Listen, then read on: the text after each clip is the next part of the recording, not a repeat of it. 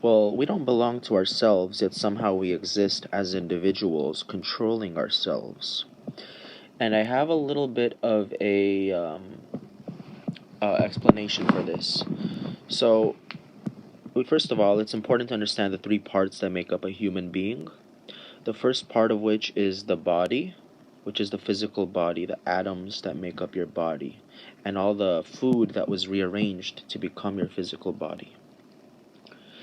The second part of you is your mind. Your mind is what your body, what you need to perceive the senses that your body is involved in. And the third part of you is your spirit, which is the emotions, the thoughts, the feelings, the direction, the energy, everything that you're feeling that isn't of the five senses is the spirit. And the mind, by the way, perceives the spirit too. It perceives what's going on there. So, by the way, there is three how do you say that? Like, there's basically three different kinds of things. So the body is physical, which is the five senses. The mind is non-physical, which means it doesn't have a place, it doesn't have a shape, it doesn't have a look. It simply is. And then the spirit is metaphysical. So there is a spiritual dimension, just like there's a physical dimension. And the spiritual dimension, where the spirit is, where the heart is, the soul, the emotions, all that stuff, it's real and it has a place. Now here's the fun part. Here I said all of this to lead up to the following.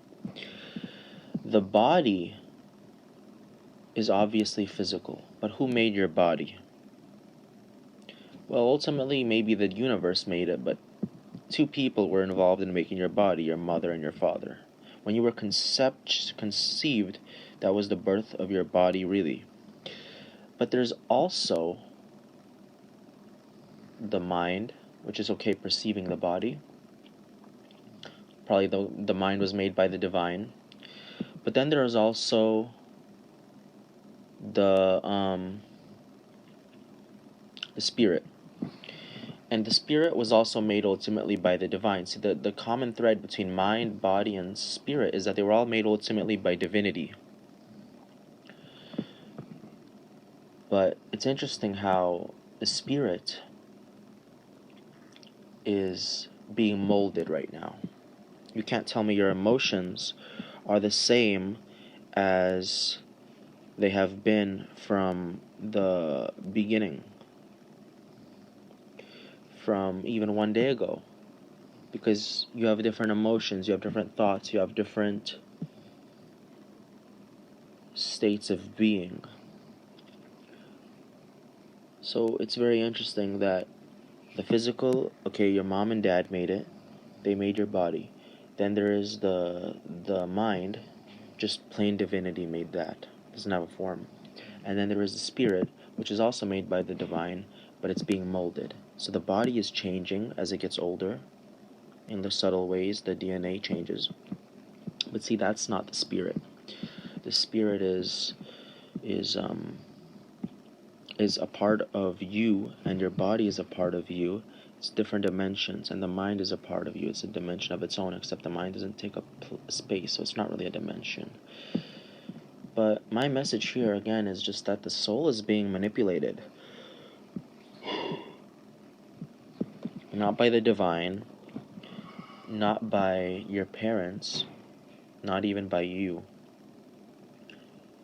Who you've become is what the world has done to you. So just like your body is being affected by the food you eat and the things that happen to you, so your soul is also being molded and mixed and broken off, and in that metaphysical realm, which we all share, just like we all share the physical realm. So my basic message is that you're being formed. You're not set in stone. You're changing, and give yourself over to the world, submit to the world, because it's going to work on you.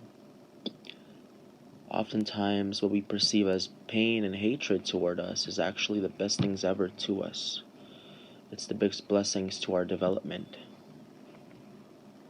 Because we all want to feel good and look good and be good. And sometimes there's no other way than to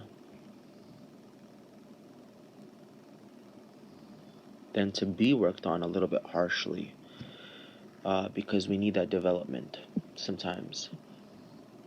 The world is working on each of us, physically, mentally, and spiritually. Who you become is based on how the world has worked on you. But at the same time, some form of individuality does persist, because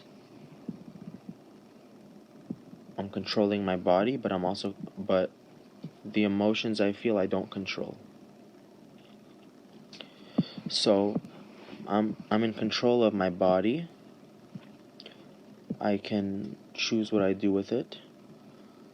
And the mind is like the bridge that connects the body to the soul, and the soul to the mind, and the soul to the body. So I can do stuff with my body, and I can do stuff with my spirit.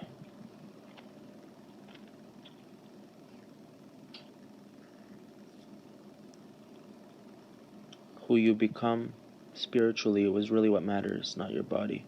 Because your spirit even gives life to your body. It shows you how you look in, the aura you have, the vibe you give off, and even the look in your eyes. The eyes are the windows into the soul. So trust me, take all of the blessings that come your way. Take everything as, I don't know if the word is, but basically what I'm trying to say, the world is here to help you and help the pieces fall into place. The world is not here to hurt you. It can't possibly. Everything is progress. From the hard times to the good times, to the bad times, to the easy times. Everything is truly augmentative, if that's the word I'm looking for. It's there, it's favorable, it's there to develop you and make you even more awesome, I guess, than you are. We're not here to switch places, we're here to grow and add more on top of everything. So choose how you want to live, and that will kind of get people working with you to have you develop in the way that you want to develop.